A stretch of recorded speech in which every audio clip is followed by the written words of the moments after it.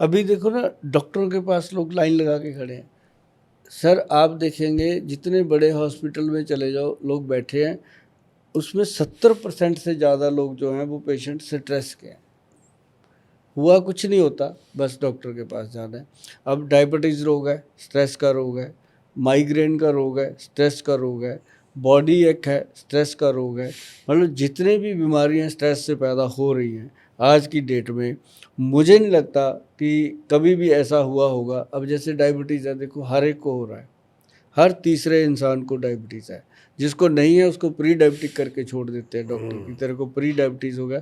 तो उसके लिए जैसे हमने बताया पीछे कि मेथी दाना और कलौंजी और साथ में काले चने रात को पानी में डालो, सुबह खाओ, उससे डायबिटीज़ भी कंट्रोल होती है और इन्फ्लामेशन भी कंट्रोल। कलौंजी बहुत बेहतरीन चीज़ है। हाँ, ये तो आपको मालूम है, हमारे जो रसूलुल्लाह सल्लल्लाहु अलैहि वसल्लम ने इसका जिक्र किया है। कलौंजी खाओ, बहुत बेहतरीन, मुफीद, उर्दू में लफ्ज़ है मुफीद, बहुत अच्छी चीज़ है जहन अपनी बॉडी के लिए।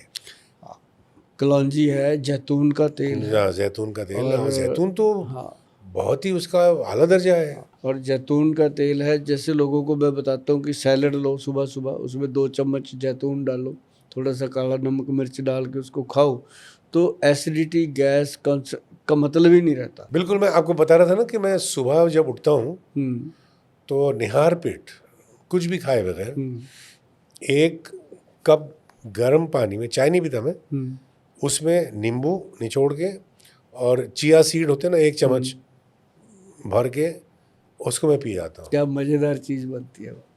तो पूरा सिस्टम साफ हो जाता है। उसके बाद जो भी कर रहा, डिटॉक्स हो बॉडी जाता हूँ। डिटॉक्स हो गई। और फिर दोपहर के खाने से पहले एक और एक चीज़ मैंने, कि एक गर्म पानी का मग, उसमें एक ग्रीन टी का थोड़ा सा डाल दिया, चुटकी भर हल्दी और दालचीनी चुटकी भर और 1 छोटा चम्मच इसबगोल मिक्स करके आप पी जाइए। आपका मतलब वेट लॉस ऐसे मतलब कंट्रोल में रहेगा। आप ज़्यादा जानते हैं, मैं बता रहा हूँ। आप जेन्युइन है, पूरी बॉडी जेन्युइन है, नहीं तो किसी का तोंद निकला हुआ, किसी की गालें भरी पड़ी हैं। और एक चीज़ मैंने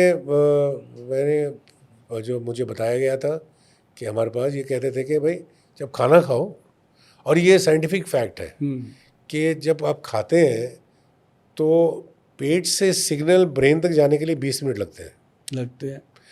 तो जिस वक्त आपको लगा कि आपने खा लिया, पेट भर गया, मतलब आपका पेट बहुत पहले भर चुका था, अब ओवर ईटिंग हो गई है। ओवर ईटिंग हो गई। तो आप जब 50% 60% खा चुके हैं ना, थोड़ी देर छोड़ दीजिए, 10-15 मिनट आप रुक जाइए, तो आपको लगेगा हाँ भैया हो गया मेरा, खाने का मन ही नहीं करता। हाँ। हम कई बार कहते नहीं कि जल्दी लेके आ, नहीं तो भूख मर जाएगी।